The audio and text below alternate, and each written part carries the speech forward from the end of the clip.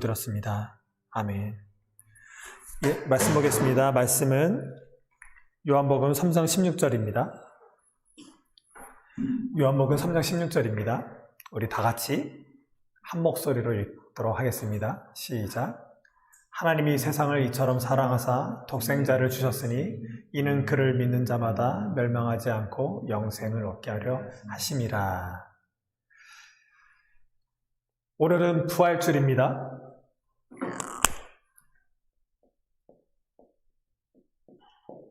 여러분은 예수 그리스도의 부활을 믿습니까? 그리고 예수 그리스도의 부활을 믿는 우리 또한 부활 생명을 믿는 우리는 하나님의 참 생명 가운데로 옮겨지는 존재인 것을 믿습니까?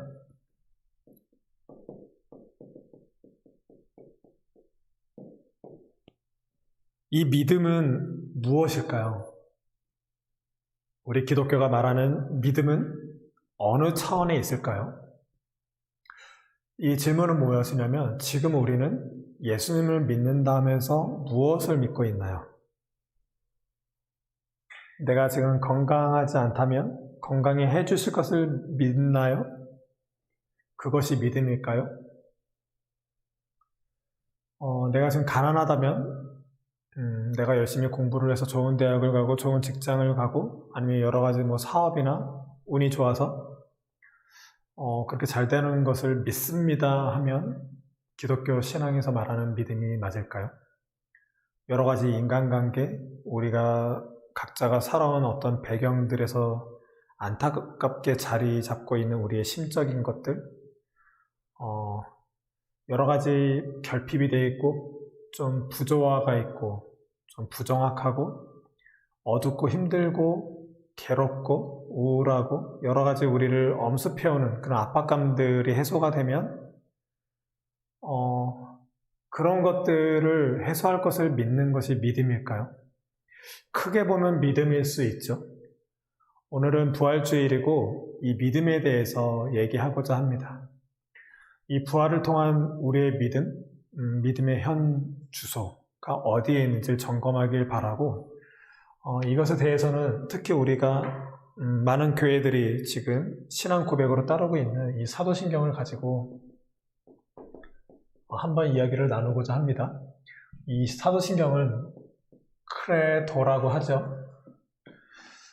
이것은 나는 믿습니다 라는 뜻이죠. 이거는 라틴어에서 왔고요. 커르도라고 합니다. 이 커는 뭐냐면 심장이에요. 그리고 도 이거는 두다, 그리고 주다, 놓다 이런 뜻입니다. 그거의 합성어고요. 심장을 내놓다, 두다, 내 심장을 주다라는 뜻입니다. 내가 삼일체 하나님께 믿습니다. 이 행위는 그저 단순히 입으로 말하는 그냥 그런 고백이 아니라 내 심장을 내놓는, 내 생명을 내놓습니다 라는 뜻이에요.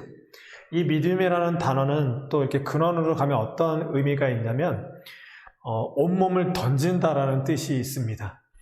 예전에 우리 어른들이 믿음 생활할 때 그런 얘기 많이 하셨죠. 양다리 걸치지 마 이런 얘기 하는데 그런 것과 같아요. 믿음은 완전히 믿는 것, 심장을 내놓듯 생명을 내놓는 그런 믿음 가운데 있다라는 거예요.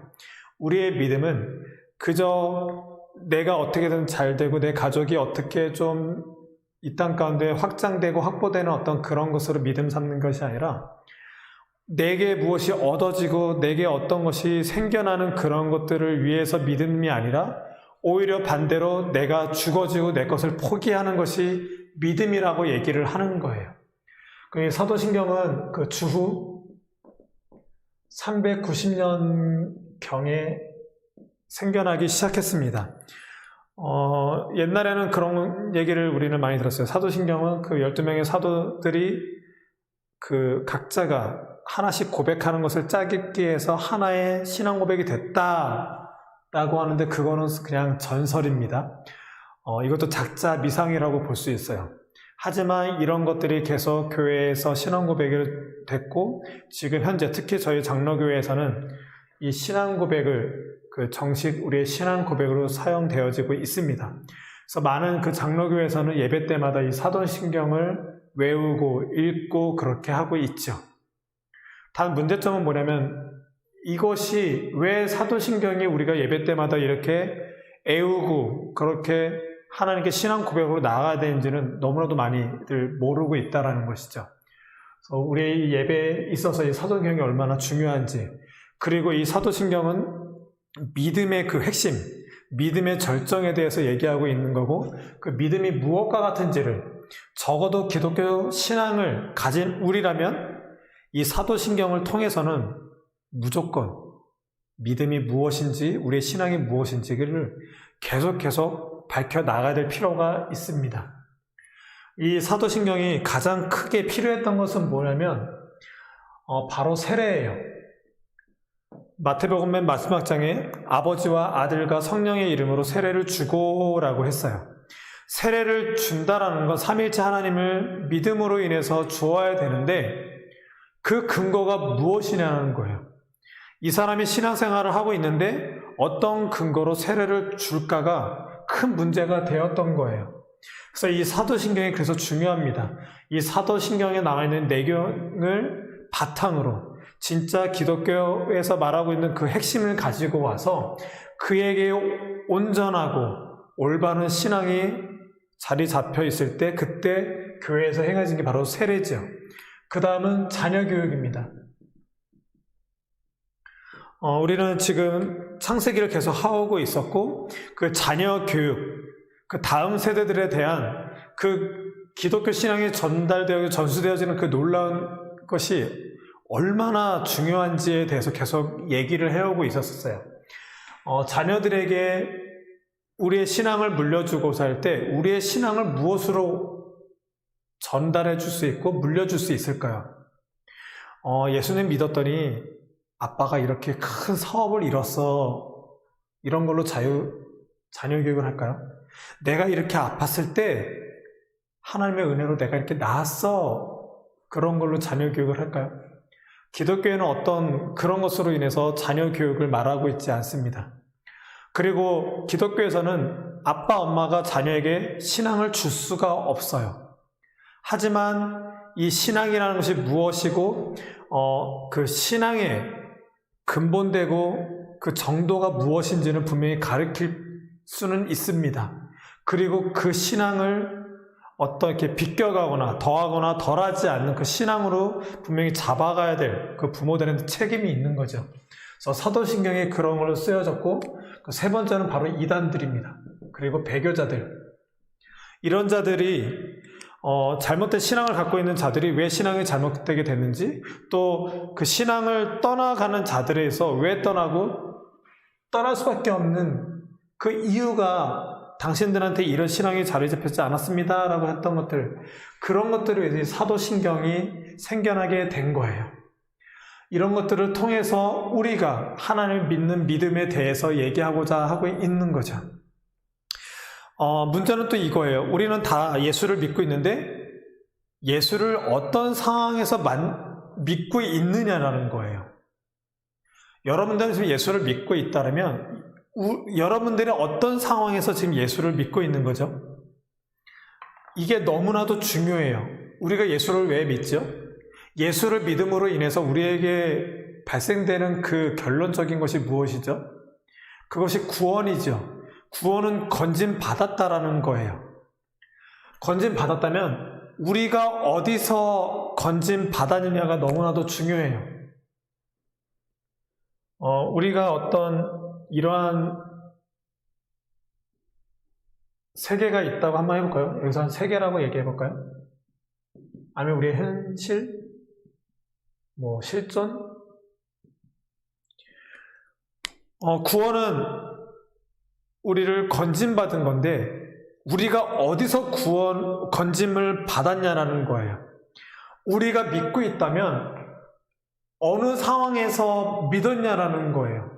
도대체 그분이 누구이기에, 우리가 왜 믿고 그분이 어떤 분이기에 우리의 어떤 현실에서 믿었더니 구원을 받게 되느냐라는 거예요. 그런 현실, 그런 세계가 우리의 신앙 안에 분명히 자리 잡혀 있어야 돼요. 우리가 지금 각자가 살고 있는, 아니면 우리 모두가 살고 있는 현실 세계가 이와 같다라고 얘기를 하겠습니다. 이런 세계가 있는데 우리가 믿는다라고 할 때 성경은 우리가 지금 어느 위치에 있느냐라고 바라보는 그 세계가 있어요. 그것이 바로 어떤 세상이냐면 바로 죄라는 거죠.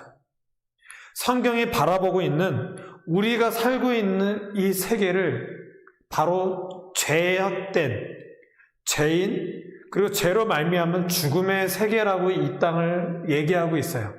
우리가 바로 이 죽음의 땅에서 살고 있는 거죠. 여기서 하나님을 경험하고 믿습니다. 이것은 우리의 현실이 지금 이렇습니다. 오직 하나님 아버지를 믿지 않고서는 이 안타까운 현실을 벗어날 수가 없습니다. 이 고백이 바로 하나님 믿습니다 이거예요. 그런 건짐, 하나님께서 우리를 건지기 전 이때를 바로 죄라고 하는 거죠. 죄는 두 가지가 있습니다. 바로 원죄가 있죠. 오리지널 신이라고 얘기를 하죠. 그리고 자범죄가 있습니다.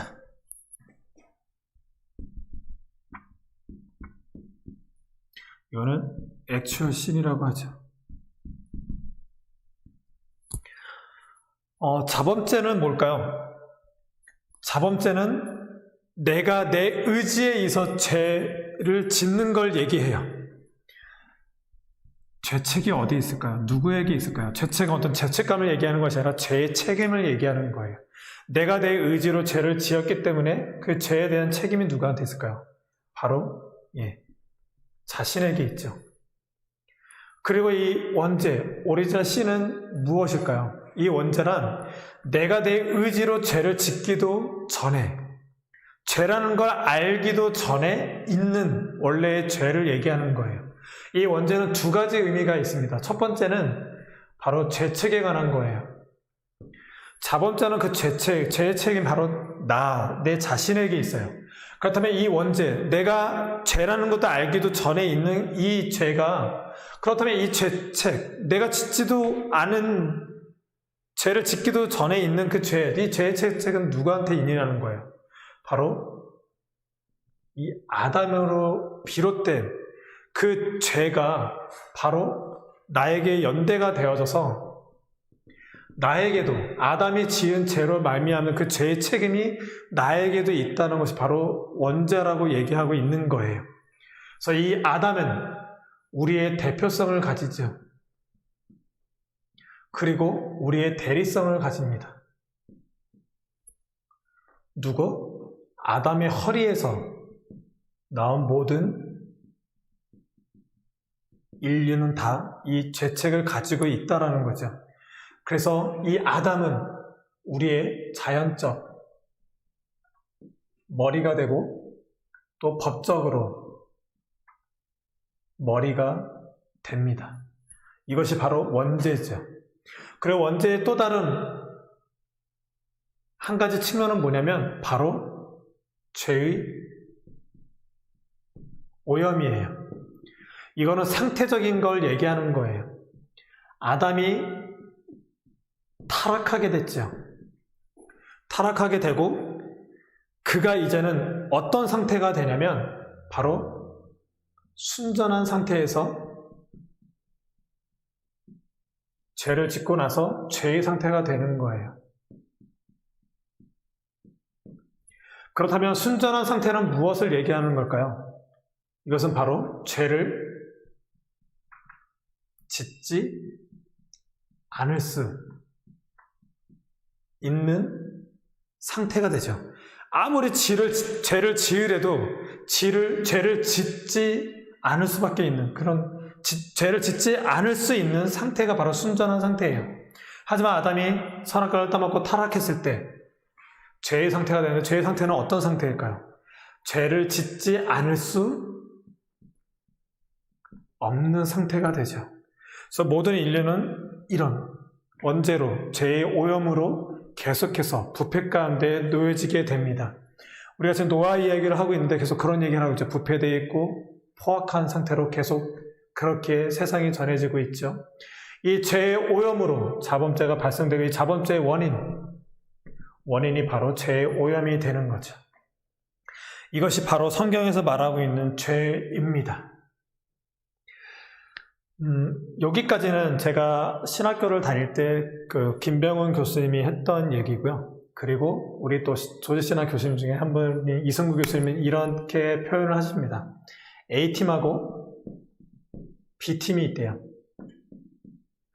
이렇게 팀원들이 있습니다. 이들이 막 경기를 하고 막 그랬어요. 나중에 이들이 뭐 점심시간도 괜찮고요. 식사를 하고 요 대표자들이 있습니다. 이 대표자들이 가위바위보를 하는 거예요. 그래서 가위바위보를 해서 이긴 팀, 그러니까 진 팀이 이긴 팀한테 우리 아이스크림을 쏘자 이렇게 되는 거예요. 근데 B팀이 졌어요. 아니 A팀이 졌는데 A팀이 졌기 때문에 다 아이스크림을 쏘는 거예요. 이들에게 아이스크림을 사주게 됩니다. 이때 어느 누구도 왜 이 리더가, 이 대표자가 가위바위보에서 졌다고 내가 왜 얘네들한테 아이스크림을 쏴야 돼요? 이렇게 말하는 사람 없죠. 우리 다 이거 해봤죠. 이것이 바로 원죄라는 거예요. 아담이 지은 죄가, 우리는 오해하고 있는 게 뭐냐면 아담이 지은 죄가 원죄가 아니에요.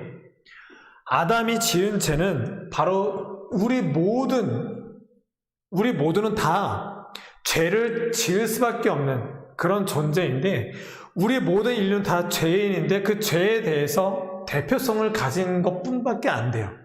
아담의 죄는 first sin, 첫 번째 죄를 지은 당사자가 되는 거지, 그 첫 번째 지은 죄 그 자체가 원죄는 아니라는 거예요. 우리 모두는 다 원죄를 가지고 있는데 그 대표적인 게 아담인 거고, 이 대표성을 가지고 있는 이 죄, 모든 우리는 죄를 가질 수밖에 없는 것을 원죄라고 얘기하고 있는 거예요.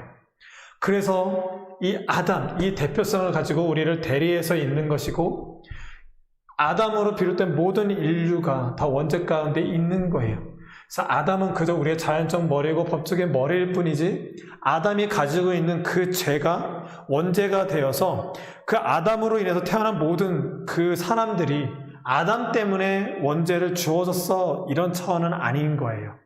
아시겠죠? 예. 그래서 우리는 모두가 다 하나님 앞에서 죄인이라는 거예요. 이것이 우리가 살고 있는 이 땅, 이 현실, 우리의 실존이라고 말하는 것입니다. 우리는 죄인이라는 거죠.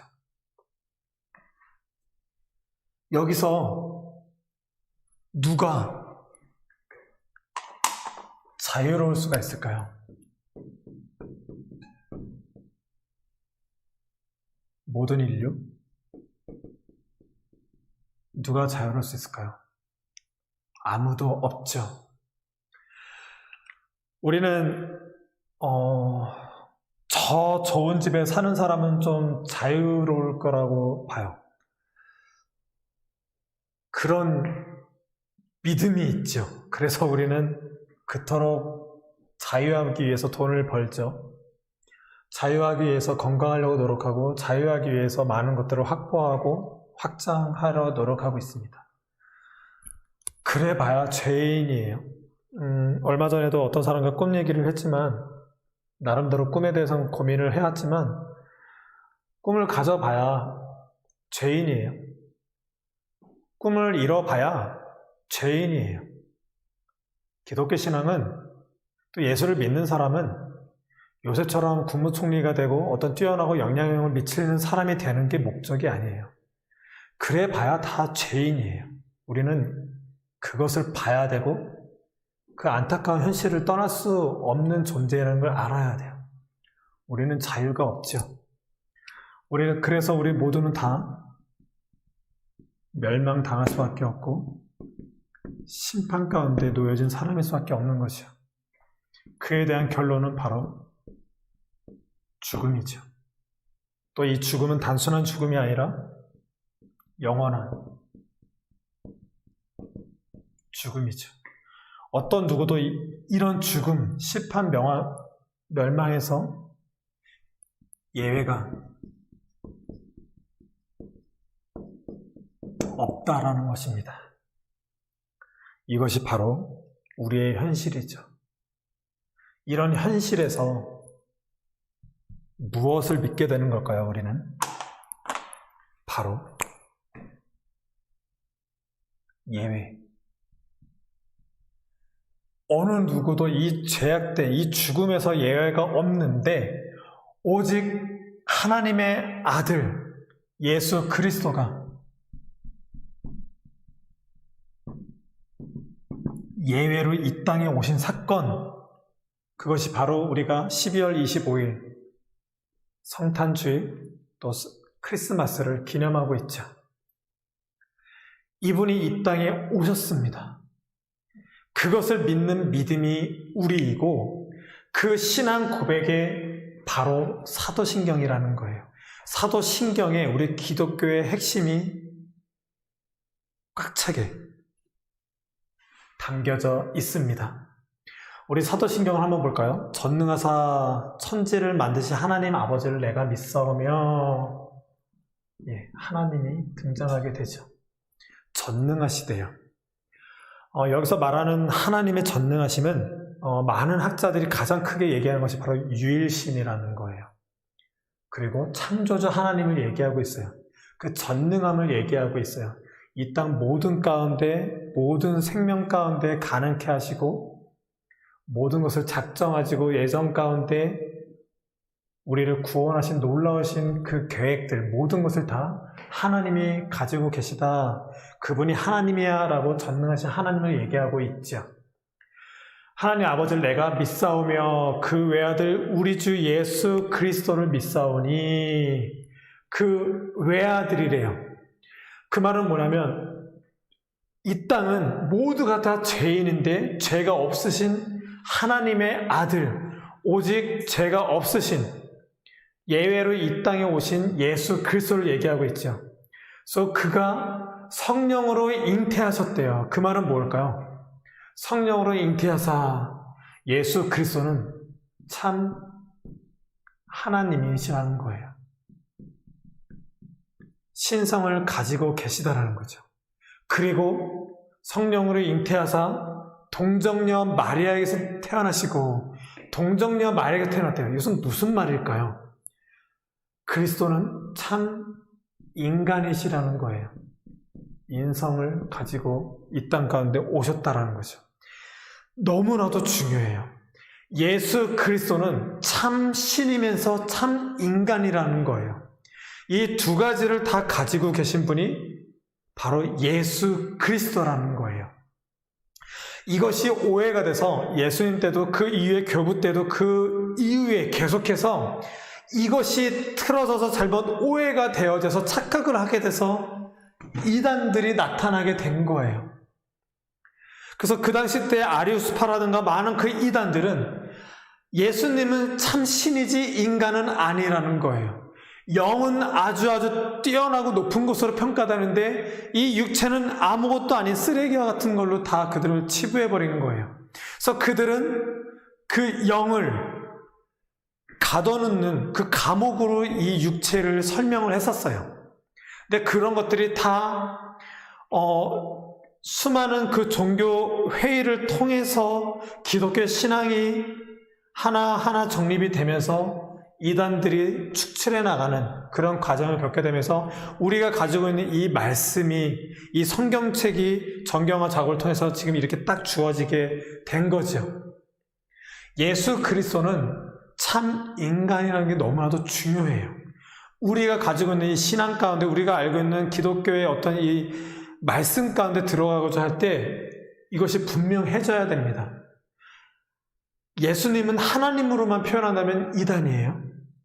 예수님은 또 인간으로만 말하면 이단이에요. 그분은 참 하나님이시면 참 인간이십니다라고 고백을 해야 돼요. 여러분이 알고 있는 말씀 중에 어떤 것이 있냐면, 예수께서 세례를 받으시고 광야에 40일 금식을 하시죠. 그러고 나서 사단이 예수 앞에 나타나서 세 가지 시험을 합니다. 첫 번째가 뭐였죠? 돌이 떡덩이가 되게 해라. 바로 이거예요. 이게 바로 이거예요. 하나님의 아들이거든 돌이 떡덩이게 되는 것처럼 그런 기적을 일으켜봐. 이건 뭘까요? 사단은 지금 예수님을 하나님으로 돌려보내는 작업을 하고 있는 거예요.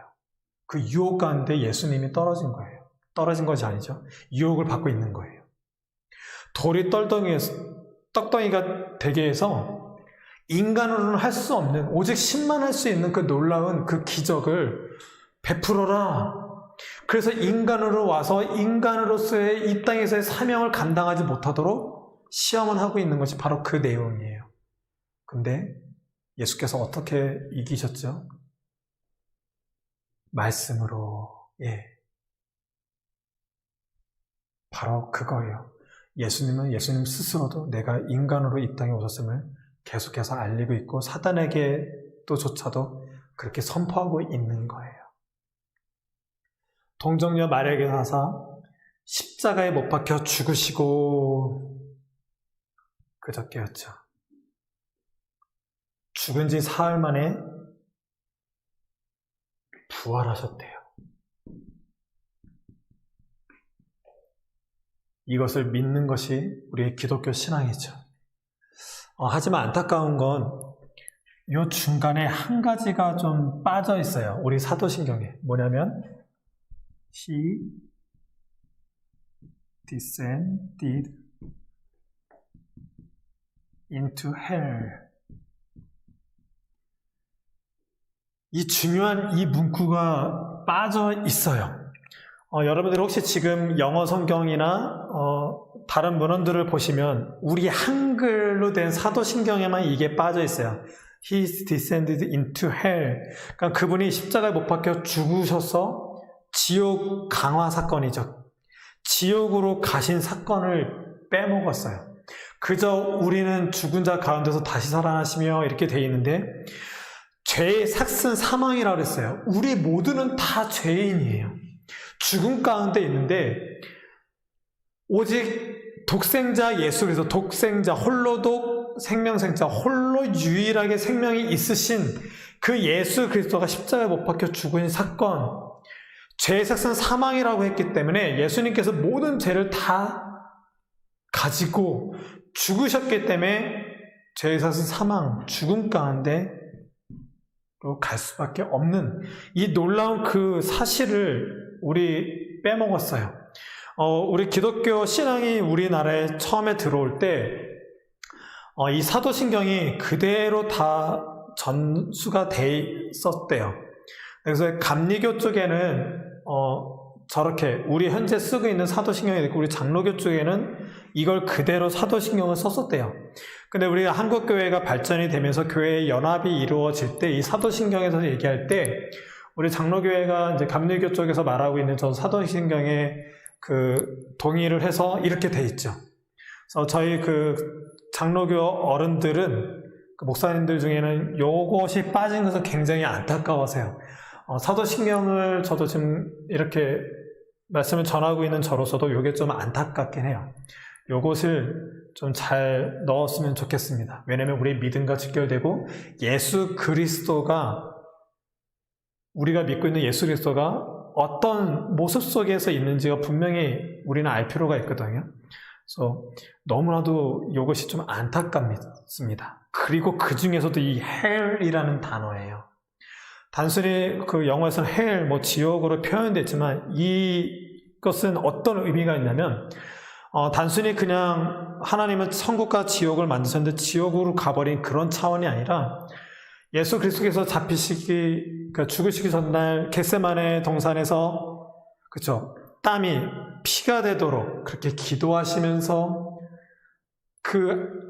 아주 처절한 몸부림, 그리고 십자가에서 엘리 라마 사박다니 하면서 하나님 나를 어찌 나를 그렇게 버리십니까? 라고 했던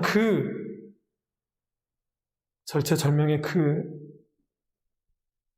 예수님의 안타까운 부르심, 그 부르짖음이 바로 이 hell이라는 단어예요. 단순히 지옥으로 가버린, 그냥 그러고 끝나버리는 그걸로 두려워하고 하신 것이 아니라 하나님과의 그 단절, 하나님과의 연결되지 않는 그것이 두려워서 엘레니 라마 사박단이라고 외치셨던 거예요. 그것이 바로 진짜 지옥이라는 거죠. 이 죄인들은 하나님과 단절된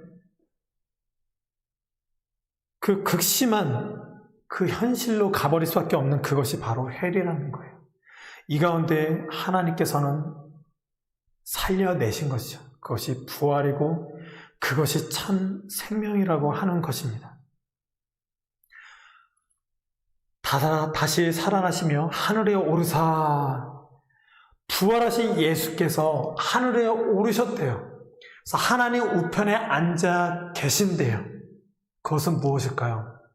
창조자 하나님, 구원의 하나님, 이 예수 그리스도가 단순히 하나님 나라 천국에 가셨다는 게 아니라 하나님과 동등됨으로 취해진 그 자리까지 올라가셨다라는 거예요.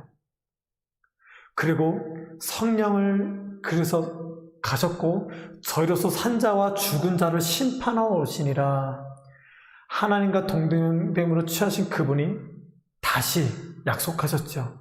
내가 다시 오겠다. 그래서 산자와 죽은 자, 어차피 죽은 자들 가운데 예수 그리스도, 이 땅보다 십자가 부활 생명을 믿는 그들에게 죽은 자와 그러지 않은 심판하러 오시니라. 성령을 믿사오며 이 땅에는 예수 그리스도가 가시고 성령, 보혜사 성령님을 보내주셨죠. 성령 하나님의 가장 큰 역할은 예수 그리스도가 하나님의 아들이고 그가 그리스도로서 우리를 구원하실 분을 믿도록 하는 가장 큰 역할이 있고, 우리로 하여금 예수님을 우리의 구원주요 하나님을 우리의 아버지로 여길 수 있게끔 하는 것이 가장 큰 목적인 거예요.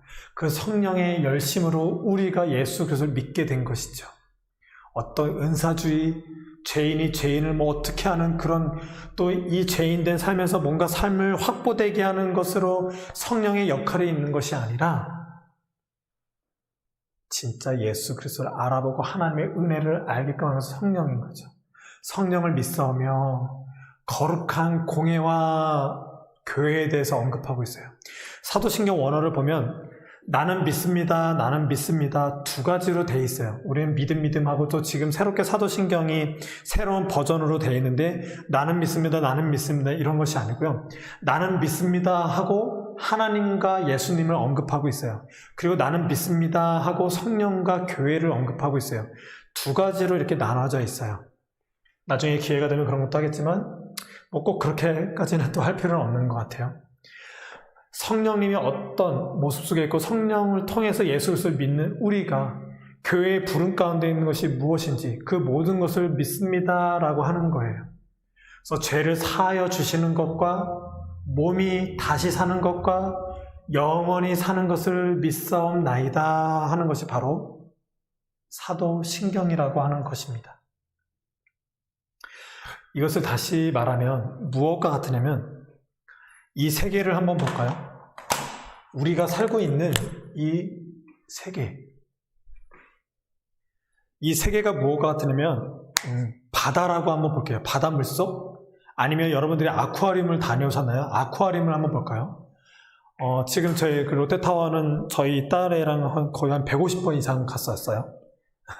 아이를 키울 때 연간회원권을 3년 동안 끊고서 매주 한두 번씩, 많을 때는 일주일 내내 간 적도 있는데, 아무튼 그래요. 갈 때마다 이것이 계속 이게 오버랩 돼요. 어마어마한 그 수족관이 있죠. 수족관에 상어가 있는 거예요. 상어가 있고, 뭐 지금은 안타깝지만 애들이 죽었는데, 막 고래도 있고 막 그래요. 거기에 조그마한 그 정어리들이 있고 송사리 같은 것들 막 이렇게 있어요. 우리는 아쿠아리움 가면 그 수족관에 그 상어 이렇게 몇십 마리 있죠. 막 가오리랑 막 이렇게 있고, 또 작은 물고기들이 있어서 아 이쁘다 조화롭게 있는 것처럼 보이지만 거기 관계자들은 그래요. 그게 다 상어 밥이래요. 같이 그렇게 놓고 있고 그런 건데 우리는 그걸 보고 아 바다에는 여러 생물들이 있네 그러지만, 우리가 바라볼 땐 그러고 있지만 그 상어와 가오리와 여러 가지 그 작은 물고기들 그 현실들은 뭐냐면 먹이 사슬인 거예요. 다 상어 밭을 걷다 이렇게 먹이들을 갖다 놓은 거예요. 그것이 바로 우리 현실이라는 거예요. 우리는 정어리인가요? 약한 어떤 낙지, 오징어와 같은 존재일까요? 근데 우리가 그런 수족관에 살고 있는데 무시무시한 무서운 그런 상어들이 있는 거예요. 이 세상 주관자들이 있는 거예요. 권력자들이 있는 거예요. 우리를 엄습해오고 우리를 무섭게 하고 두렵게 하는 존재들이 있는 거예요. 또 그런 바닷가를 보고 큰 고래들이 살아요. 그런 상어들조차도 감히 덤비지 못하는 그런 어마어마한 것들이 있는 거예요. 근데 우리는 그런 상어들 보면서 두려워하죠. 그리고 그런 상어들처럼 되려고 하고 상어들을 이기려고 어떤 큰 힘을 가지고자 막 노력하는 거예요. 저 고래들 어떤 누구도 넘볼 수 없고 어떤 누구도 해칠 수 없는 넘볼 수 없는 그런 존재가 되기 위한 그런 존재가 마냥 부르고 그렇게 되기 위해서 그렇게 노력을 하죠. 그것이 수족관이라는 거예요. 하지만 우리의 이 신앙의 눈으로 바라볼 건 뭐냐면 그냥 수족관이라는 거예요. 우리가 그렇게 두려워하는 대상, 그 상어들, 또 우리가 그렇게 되려고 하고 세상이 그렇게 건들지 못하는 그런 대상이 되게 한 그 고래와 같은 그런 상어와 고래들조차도 그 물이라는 어떤 힘의 논리에 살 수밖에 없는 존재라는 거예요. 저 고래도 상어도 그저 그냥 물 속에 있어야 될 수밖에 없는 그 존재, 물이라는 그 힘의 논리에 의해서 살 수밖에 없는 존재라는 거예요. 그들은 다 물 밖에 놓여지면 다 죽어요. 그것이 우리의 현실이라는 거예요. 그런 안타까운 물이라는 그곳에 예수 그리스도가 첨벙하고 들어오신 거예요. 그리고 상어와 고래와 이런 것이 너희들 삶이 아니라 내가 너희들 건져내 줄게. 하나님 우편 가운데 하나님 하나님 나라가 있어. 너희들은 이 수족관 같은 이런 힘의 논리에 의해서 사는 이 땅의 삶이 아닌 참 생명이 있어 라고 예수 그리스도께서 이 땅에 이 수족관에 들어오신 사건인 거예요. 그가 죽으시고 부활로 우리를 부활 생명으로 참 생명 가운데로 인도하신 것이 우리 기독교 신앙인 거죠. 그럼 우리가 어떻게 살아야 될까요? 오늘 부활주일이죠. 부활 생명으로 산다라는 것은 무엇일까요? 사도신경 할 때마다 제가 항상 하는 얘기가 그거죠. 전쟁이 났어요. 저 적군과 막 싸워요. 막 싸우고 있는데 예수께서 오셨어요. 예수께서 적진에 오셨는데 기적을 베푸시는 거예요. 죽은 자를 살리시고 병든 자를 낫게 하시고 눈먼 자 안질병이 일으키고 보게 하시죠. 그리고 광풍을 만났는데 잠잠하라 했더니 잠잠해진 거예요. 그것이 예수 그리스도가 우리의 대장이 돼서 오셨는데 적이 총을 쏴요. 근데 예수님이 총에 맞아 죽으신 거예요. 뭘까요? 황당하잖아요. 그런 기적을 베푸시는 또 마귀 사단을 물리치시는 예수님을 믿고 12명의 제자들이 따랐건만 적이 쏘는 총에 맞아서 그냥 너무나도 무기력하게 무능하게 죽으신 거예요. 그런 기적을 베푸시는 이 모든 자연 만물까지도 폭풍까지도 잠잠케 하시는 분이라면 우리를 뭔가 어떻게든 해줄 거라고 생각하고 믿었는데 총 맞고 그냥 죽으신 거예요. 십자가에서 죽으신 거예요. 근데 그분이 돌격 앞으로 하고 총 맞아서 죽었는데 다시 훌훌 털어버리고 일어나신 거예요. 이게 부활이에요. 우리는 이 부활신앙을 이해를 못하니까 어떻게 되냐면 주님 여기서 막 적군에서 총알이 날라와요. 저한테 수류탄을 주세요. 우리는 이런 기도를 하고 있는 거예요. 주님 제가 지금 가난해요. 막 너무나도 어렵고 힘들고 그래요. 저한테 뭔가 능력 좀 주세요. 힘 좀 주세요. 꿈을 주세요. 어떤 이 땅에서 뭔가 할 수 있는 영향력을 내비칠 수 있는 하나님의 영광에서 뭔가 할 수 있는 그것을 주세요. 막 이렇게 기도하고 있는 거예요. 줄 수도 있지요. 주는 것처럼 보이죠. 우리가 남들 신앙하는 사람들, 또 교회 안에서 뭔가 잘된 사람들은 그렇게 하나님 은혜를 준 것 같고, 그 사람들은 그게 착각하고 오해돼서 하나님께 기도했더니 나한테 이렇게 주었어요 라고 성경에도 있지 않은 그런 간증들을 하고 있죠. 그것이 믿음이 아닌데 마치 믿음인 양 그런 간증들을 하고 있어요. 그런 것들을 보면서 우리는 오해가 돼서, 주님, 저들의 수류탄이 날라와요. 저한테 폭탄을 주세요. 대포를 주세요. 탱크를 주세요. 그랬더니 저들이 막 미사일을 쏴요. 주님, 제게 핵미사일을 주세요. 막 우린 이런 기도만 하고 있는 거예요. 그분이 부활하셨다니까요. 총 맞고 죽으신 분이, 수류탄이 날아서 폭탄이 날아서 죽으신 그분이 살아나신 거예요. 그 예수님을 믿으면 우리는 부활 가운데 있더라는 거예요. 그것이 부활신앙이라는 거예요. 총에 맞고 죽어서 다시 일어났어요. 훌훌 털어버리고. 핵미사일이 와서 내가 죽었다 하더라도 다시 일어나는 거예요. 그게 부활이고 우리의 능력이고 그것이 다고 그것이 생명이라는 거예요. 이 땅에 어떤 무서운 그런 공격하는 것이 와도 나는 다시 살아난다라는 거예요. 다시 산 내가, 다시 살 수 있는 내가 무슨 무기가 필요해요. 그렇죠? 예수님이 무기력하게 죽은 것 같지만 살아나셨어요.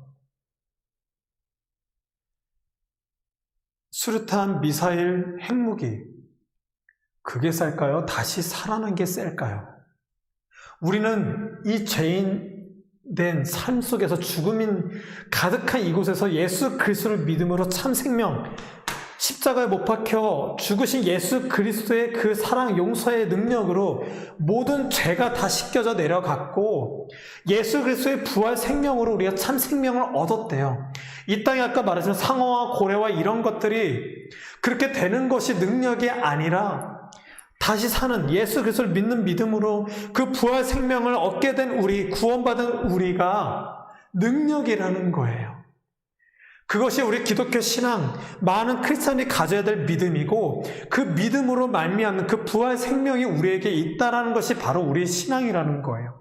그걸 가능케 하신 하나님의 은혜로, 예수 그리스도의 은혜로, 성령 하나님의 능력으로 우리가 부활 생명을 가졌다라는 거예요.